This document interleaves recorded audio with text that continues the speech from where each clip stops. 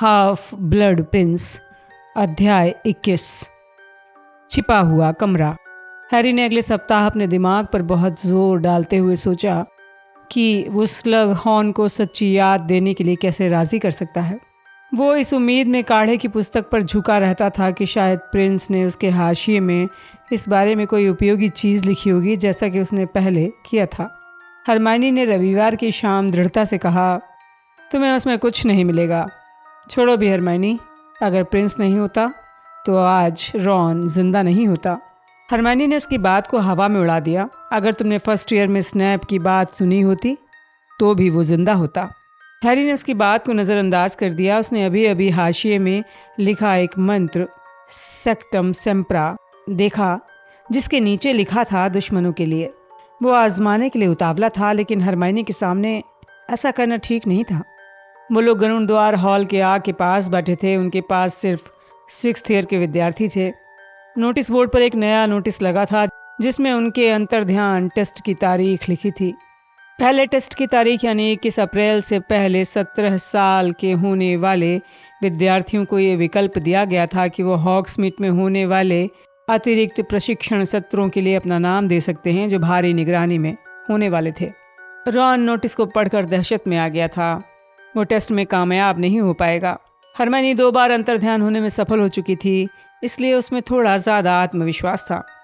उधर हैरी 4 महीने बाद 17 साल का होने वाला था, इसलिए वो ये टेस्ट नहीं दे सकता था, भले ही वो इसके लिए पूरी तरह तैयार होता। कम से कम तुम अंतर्ध्यान हो तो सकते हो, तुम्हें जुलाई में कोई दिक्कत नहीं आएगी, रॉन ने तनाव में कहा। मैंने ये काम बस एक बार किया है, हैरी ने उसे याद दिलाया। अंतर्ध्यान होने के बारे में चिंता व्यक्त करने में काफ़ी समय बर्बाद करने के बाद रॉन अब स्नैप के एक बहुत मुश्किल निबंध को पूरा करने के लिए जूझ रहा था, जिसे हैरी और हरमाइनी पहले ही पूरा कर चुके थे। हैरी को उम्मीद थी उसे कम नंबर मिलेंगे, क्योंकि दम पिशाचों से जूझने के सर्वश्रेष्ठ तरीके के मामले में वो स्नैप से असहमत था, लेकिन उसे परवाह नहीं थी। इस वक्त स्लग हॉर्न की याद उसके लिए महत्वपूर्ण थी। हैरी, मैं बता देती हूँ, मूर्ख प्रिंस इस काम में मदद नहीं कर पाएगा। जो तुम चाहते हो उसके लिए किसी को विवश करने का एक ही तरीका है, सम्मोहन शाप, जो गैर कानूनी है। मैं जानता हूँ, डंबलडोर कहते हैं कि सत्य द्रव से काम नहीं चलेगा, लेकिन किसी और चीज़ से काम बन सकता है, जैसे किसी काढ़े या मंत्र से। हरमाइनी बोली, तुम गलत दिशा में सोच रहे हो। डंबलडोर कहते हैं कि सिर्फ तुम ही उस याद को हासिल कर सकते हो। इसका यही मतलब है, तुम स्लग हॉर्न को राजी कर सकते हो, जबकि बाकी लोग नहीं कर सकते। ये उन्हें काढ़ा पिलाने की बात नहीं है, वो कोई भी कर सकता है। हैरी को हाफ ब्लड प्रिंस के नोट्स में अब तक कोई काम की चीज़ नहीं मिली थी। उसने मुड़कर चारों तरफ देखा। हॉल में वो तीनों ही बचे थे, स्नैप और उसके निबंध को कोसते हुए। सीमस कुछ समय पहले ही सोने चला गया था। हैरी ने अभी जम्हाई लेते हुए हाफ ब्लड प्रिंस की पुस्तक बंद की थी कि तभी हरमाइनी के मुंह से हल्की चीख निकल गई। रॉन ने पूरे निबंध पर स्याही फैला दी और हैरी बोला, क्रिचर? घरेलू जिन्न ने झुककर सलाम किया। मालिक ने कहा था वो मेलफॉय लड़के की गतिविधियों पर नियमित रिपोर्ट चाहते हैं, इसलिए क्रिचर आया है। खट्ट की आवाज के साथ डॉबी भी क्रिचर के पास प्रकट हो गया। डॉबी भी मदद कर रहा था हैरी पॉटर, उसने चिचियाते हुए कहा। क्रिचर की तरफ वितृष्णा से देखा। और क्रिचर जब हैरी पॉटर से मिलने आए तो उसे डॉबी को बता देना चाहिए, ताकि वो दोनों एक साथ अपनी रिपोर्ट देख सकें। ये क्या है? हरमाइनी ने पूछा, जो अब भी घरेलू जिन्नों के अचानक आ जाने से सदमे में थी। क्या हो रहा है हैरी? हैरी ने कहा, देखो, मैंने उन्हें मेलफॉय की जासूसी करने को कहा है, दिन रात। क्रिचर ने कहा, डॉबी 1 हफ्ते से नहीं सोया है हैरी पॉटर, डॉबी ने गर्व से कहा और खड़ा खड़ा लहराने लगा। हरमाइनी नाराज थी। तुम सोए नहीं हो डॉबी, लेकिन निश्चित रूप से हैरी, तुमने उससे ऐसा तो नहीं कहा होगा। नहीं, जाहिर है डॉबी, तुम सो सकते हो, ठीक है, लेकिन तुम में से किसी को कुछ पता चला? क्रिचर ने दोबारा सिर झुकाया। फिर वो गुस्से में बोला, मास्टर मेलफॉय बड़े हॉल में खाना खाते हैं, तहखानों में सोते हैं और अपनी क्लासों में जाते हैं। डॉबी, तुम बताओ, हैरी ने क्रिचर की बात काटते हुए कहा। क्या वो किसी ऐसी जगह जा रहा है जहां उसे नहीं जाना चाहिए? जहां तक डॉबी देख सकता है, मेलफॉय लड़का कोई नियम नहीं तोड़ रहा है, लेकिन फिर भी वो छिपकर काम कर रहा है। वो दूसरे विद्यार्थियों के साथ हर दिन 7वीं मंजिल पर जाता है, जो एक खास कमरे में उसके दाखिल होने के बाद पहरे देते हैं। उस कमरे का नाम है आवश्यकता कक्ष, हैरी ने कहा और अपने माथे पर उच्च स्तरीय काढ़ा निर्माण पुस्तक दे मारी। हरमाइनी और रॉन ने उसे घूर कर देखा। वो चोरी से वहीं जा रहा है, वो अपना वहीं काम कर रहा है, चाहे जो भी है। मैं शर्त लगाता हूँ इसीलिए वो नक्शे में नहीं दिखाई देता। मुझे याद है नक्शे में आवश्यकता कक्ष तो दिखता ही नहीं है। रॉन बोला, शायद नक्शा बनाने वालों को ये पता ही ना हो कि वो कमरा कहाँ है। मुझे लगता है कि ये उस कमरे के जादू का हिस्सा होगा, हरमाइनी ने कहा। अगर कोई चाहता है कि नक्शे पे नजर ना आए तो ये नजर नहीं आएगा। हैरी ने उत्सुकता से पूछा, डॉबी क्या तुमने अंदर जाकर देखा मेलफॉय क्या कर रहा है? नहीं हैरी पॉटर, ये असंभव है। नहीं, ये असंभव नहीं है। मेलफॉय पिछले साल हमारे मुख्यालय में घुस आया था, इसलिए मैं भी अंदर जाकर उसकी जासूसी कर सकता हूँ। इसमें क्या दिक्कत है? मुझे नहीं लगता तुम ऐसा कर पाओगे हैरी। मेलफॉय पहले से ही जानता था हम उस कमरे का किस रूप में इस्तेमाल कर रहे हैं, क्योंकि उस मूर्ख मैरिटा ने चुगली कर दी थी। वो कमरे को डीए का मुख्यालय बनाना चाहता था। उसे इसकी आवश्यकता थी, इसलिए कमरा डीए का मुख्यालय बन गया। लेकिन तुम ये नहीं जानते हो कि मेलफॉय जब वहां जाता है तो वो कमरा क्या बन जाता है, इसलिए तुम इससे क्या आग्रह करोगे? कोई ना कोई रास्ता तो होगा। हैरी ने इस आपत्ति को हवा में उड़ाते हुए कहा, तुमने बहुत अच्छा काम किया है डॉबी, और बेहतर होगा कि तुम जाकर थोड़ा सा सो लो डॉबी। धन्यवाद हैरी पॉटर सर।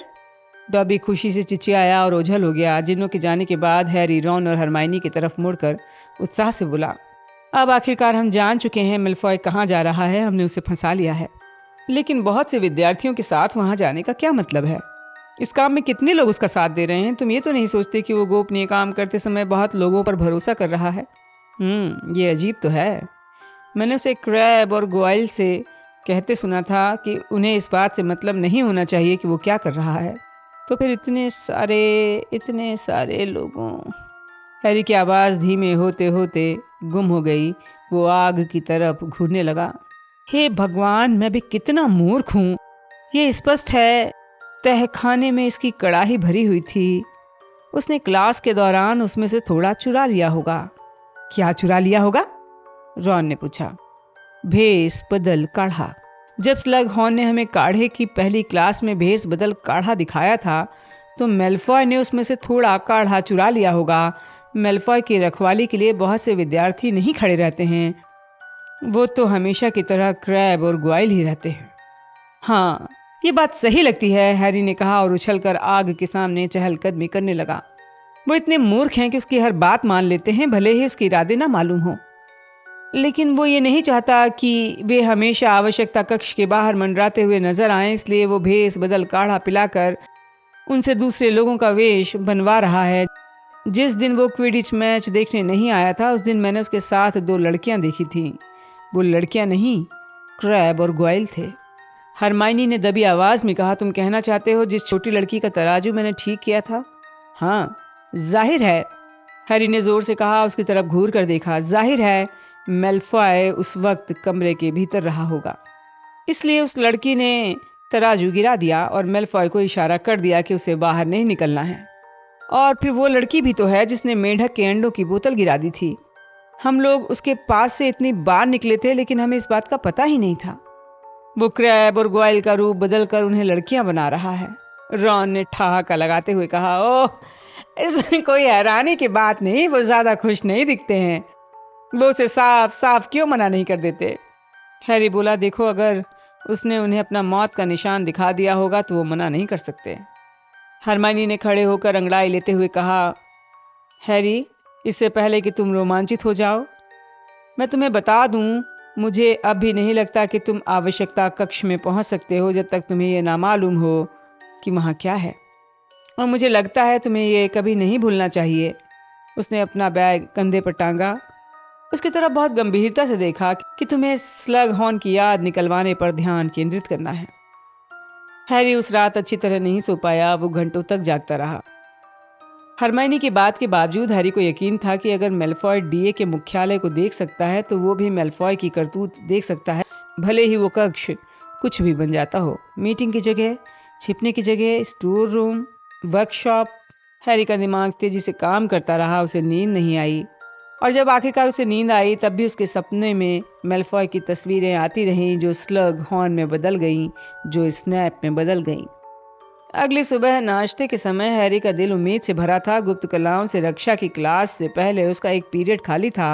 उसने संकल्प किया वो उस समय आवश्यकता कक्ष के भीतर जाने की कोशिश करेगा। वो कमरे में घुसने की योजना फुसफुसा कर बता रहा था, लेकिन हरमाइनी उसमें दिलचस्पी नहीं ले रही थी। उसने धीरे से झुककर कहा, देखो, मैं स्लग हॉर्न के बारे में भूला नहीं हूं, लेकिन मुझे नहीं पता मैं ये काम कैसे कर पाऊंगा। तब तक मैं यही कर लेता हूं कि मेलफॉय क्या कर रहा है पता चल जाए।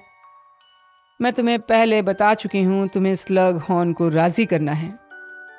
उन्हें धोखा देने या जादू करने का सवाल नहीं है, वरना डम्बलडोर ये काम एक पल में कर लेते। आवश्यकता कक्ष के बाहर मंडराकर अपना समय बर्बाद करने की बजाय तुम्हें स्लग हॉर्न से पूछना चाहिए और उनसे भलमनसाहत दिखाने का आग्रह करना चाहिए। उन्होंने खामोशी से नाश्ता किया। उसके बाद तत्काल हरमाइनी पुरातन लिपियों की क्लास में चली गई। रॉन कॉमन रूम की तरफ चला गया, जहां उसे स्नैप के दम पिशाच वाले निबंध का निष्कर्ष लिखना था।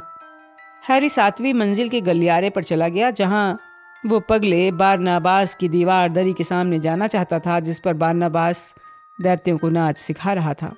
हैरी को जैसे ही एक खाली गलियारा मिला, उसने अदृश्य चोगा ओढ़ लिया, लेकिन उसे ऐसा करने की जरूरत नहीं थी। जब वो अपने गंतव्य स्थल तक पहुंचा तो वहां कोई नहीं था। हैरी को पता नहीं था कि कमरे के भीतर उसके पहुंचने की संभावना मेलफॉय के अंदर होने पर बेहतर थी या बाहर होने पर, लेकिन कम से कम उसकी पहली कोशिश में ये पेश तो नहीं था कि क्रैब या गॉयल 11 साल की लड़की होने का नाटक कर रहे हों।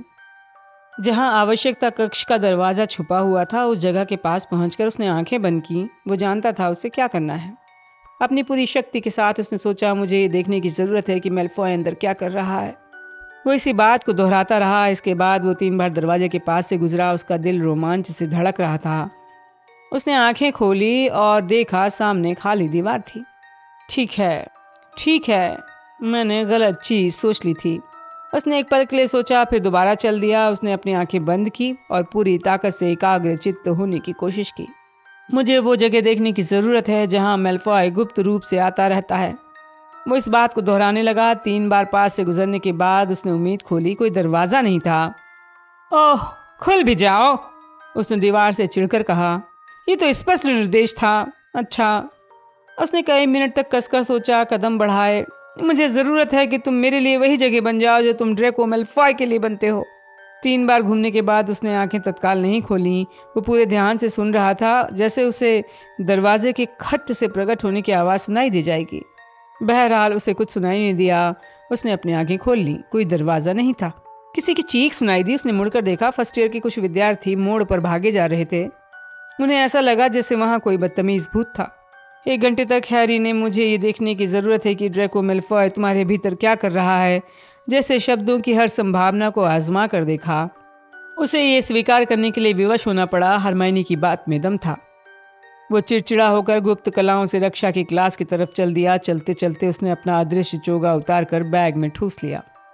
जब हैरी मोमबत्ती से रोशन क्लासरूम में घुसा तो स्नैप ने ठंडेपन से कहा, एक बार फिर देर से आए हो पॉटर। गरुण द्वार के 10 पॉइंट कम।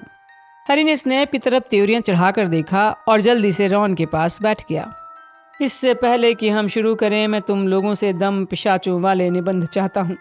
स्नैप ने छड़ी लापरवाही से लहराई, जिससे 25 चर्मपत्र हवा में उड़े और करीने से उनकी डेस्क पर पहुंच गए।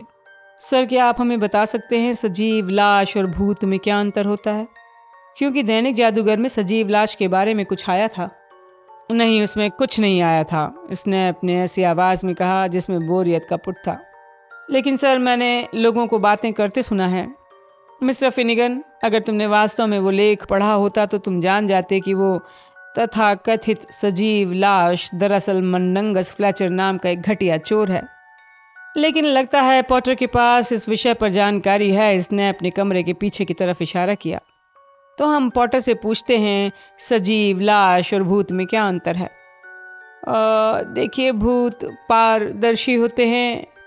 ओह, बहुत बढ़िया। हाँ, ये देखना अच्छा लगा कि 6 साल की जादुई शिक्षा में तुमने इतना कुछ सीख लिया है पॉटर। भूत पारदर्शी होते हैं। पेंसी पार्किंसंस ऊंचे स्वर में हंसी। कई और लोग मुस्कुराने लगे।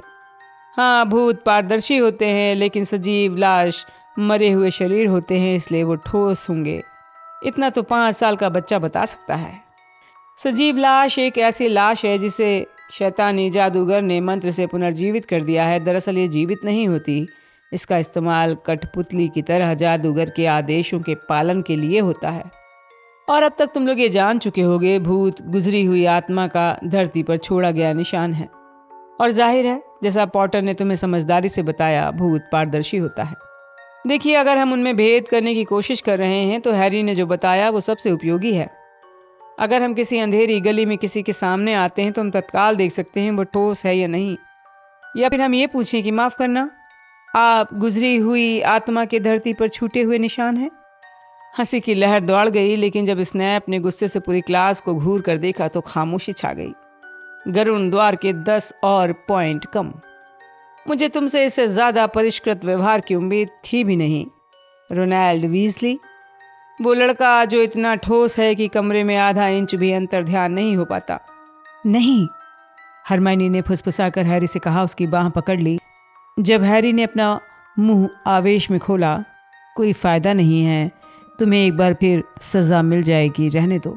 रॉन पूरी क्लास में बुझा बुझा रहा और क्लास के अंत में घंटी बजी तो लेवेंडर रॉन और हैरी के पास आई और स्नैप को बुरा भला कहने लगी। लेवेंडर ने कहा कि रॉन के अंतर ध्यान होने के बारे में स्नैप को ताना नहीं मारना चाहिए, लेकिन इससे रॉन और चिड़चिड़ा दिखने लगा। उसने हैरी के साथ लड़कों के बाथरूम में जाने का बहाना बनाकर लेवेंडर से पीछा छुड़ा लिया।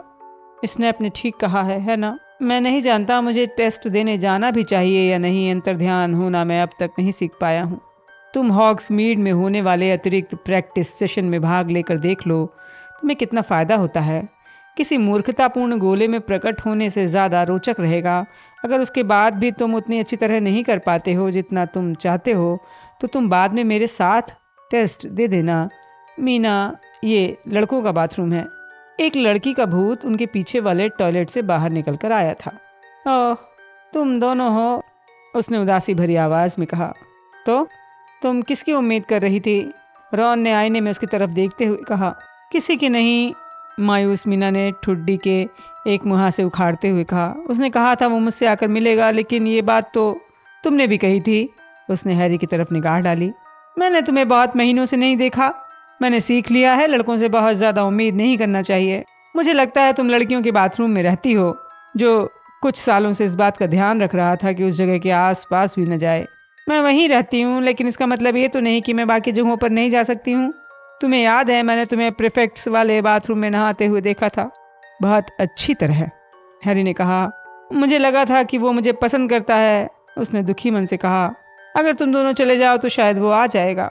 हम दोनों में बहुत सी बातें एक सी है, मुझे यकीन है उसे भी ऐसा महसूस हुआ होगा। उसने बड़ी उम्मीद से दरवाजे की तरफ देखा।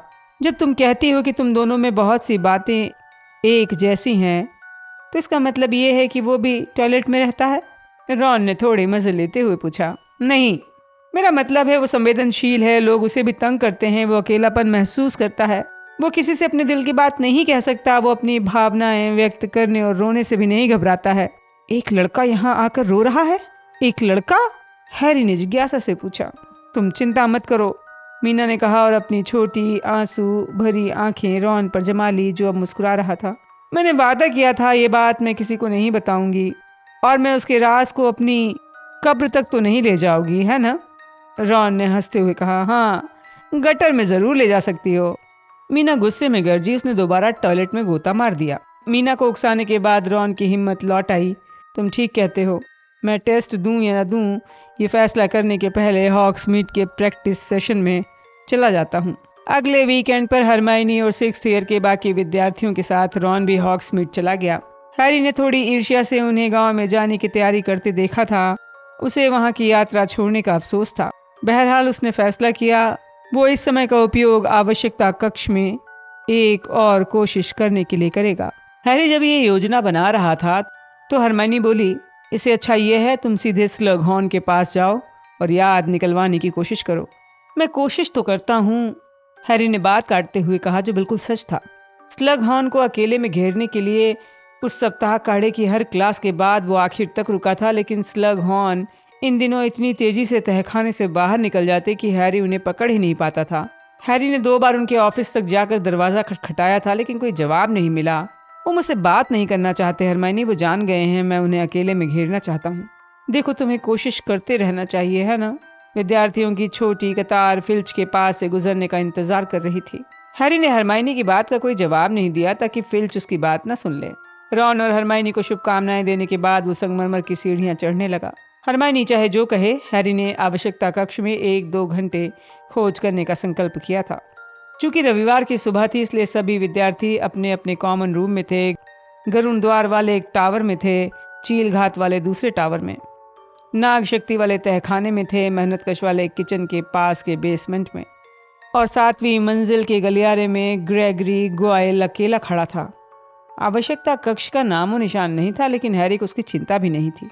अगर ग्वाइल बाहर खड़ा खड़ा पहरा दे रहा है तो मतलब है कमरा खुला है, चाहे इस नक्शे पर हो या ना हो।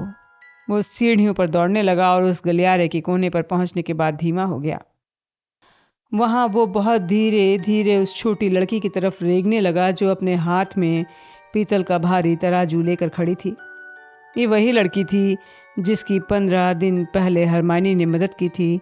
उसने इंतजार किया जब तक वो उसके ठीक पीछे नहीं पहुंच गया, फिर बहुत नीचे झुककर फुसफुसाया, हेलो, तुम बहुत सुंदर हो, है ना?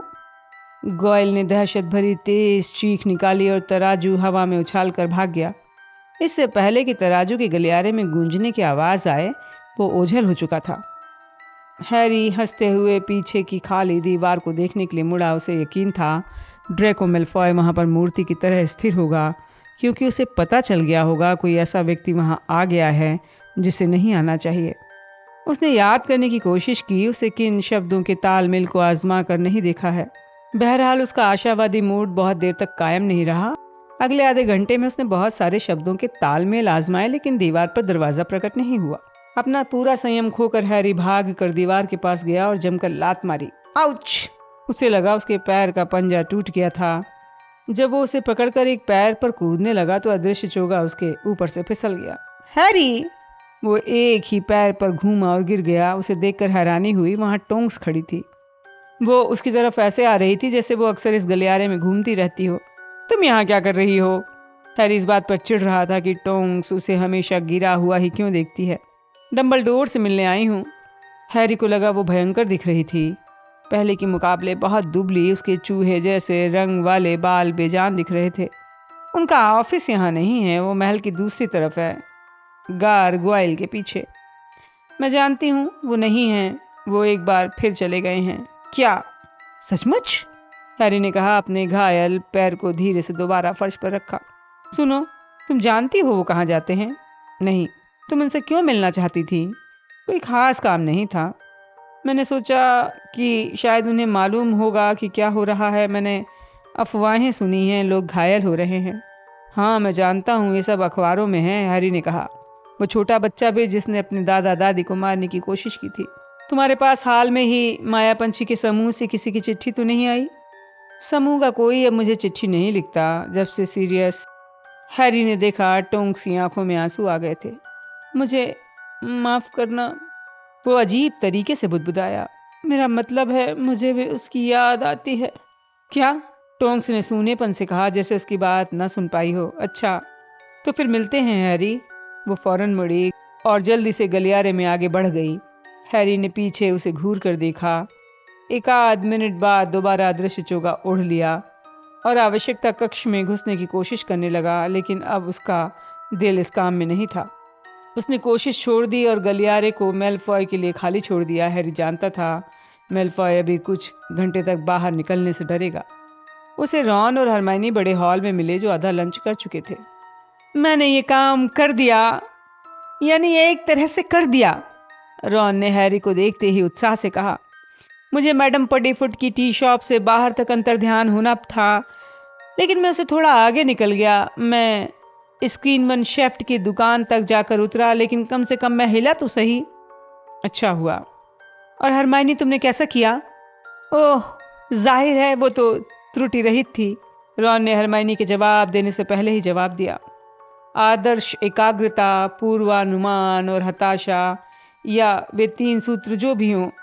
उसके बाद हम 3 ब्रूम स्टिक्स में ड्रिंक लेने गए थे और तुम्हें देखना चाहिए था कि टाई क्रॉस उसकी तारीफों के कितने पुल बांध रहे थे। मुझे हैरानी होगी अगर जल्दी ही वो उसके सामने प्रेम प्रस्ताव न रख दें। और तुमने क्या किया? क्या तुम पूरे सामने आवश्यकता कक्ष के बाहर थे? हाँ, हैरी ने कहा। और अंदाज़ा लगाओ मुझे वहाँ कौन मिला? टोंक्स। टोंक्स? रॉन और हरमाइनी ने एक साथ हैरानी से पूछा। हाँ, वो कह रही थी वो डंबलडोर से मिलने आई है।